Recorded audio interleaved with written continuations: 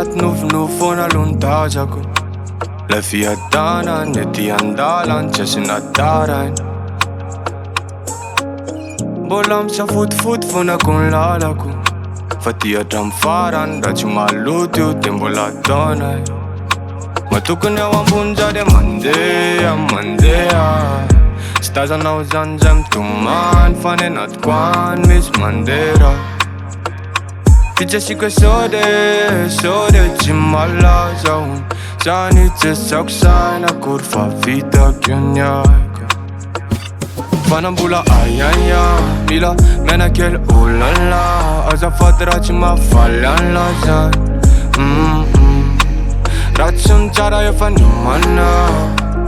Tiako na fa mbola tandroany. Azafady, sa mbola maika. Efa mikarokarisa, mikaroka ty fa tsy taitra. Tsisy hoe mona mira tsy miara-miady aminay. Ty tsendasako masoandro posaka vao hoe maraina. Azafady, sa mbola maika. Ndraindray matsiaky teny movery, tsy hita zay lalana lehanay tô lasa tery. Miandrandra fandresena lava nefa tô lasa lavo lesya ny andro tsisy nijery. Tena fucked up, ny antony fisika eto tany de tsy mety kopoko. Tena locked up, mity trano maizinao anaty trano bongo.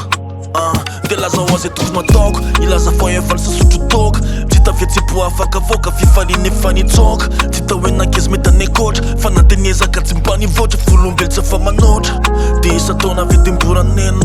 Matadidiny entinao io anenako, misotra visinao namena dia penina.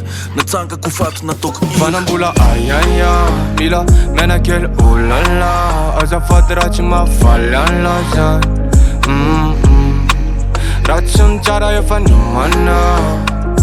Tiako na fa mbola tandroany. Azafady, sa mbola maika.